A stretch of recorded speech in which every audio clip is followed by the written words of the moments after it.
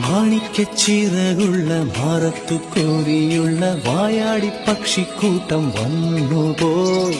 കാടൊന്നു കാണാനായി കൂടൊന്നു കൂട്ടാനായി ആകാശപ്പുഴ നീവി കുതിച്ചുപോയി. കണ്ടു മലനിര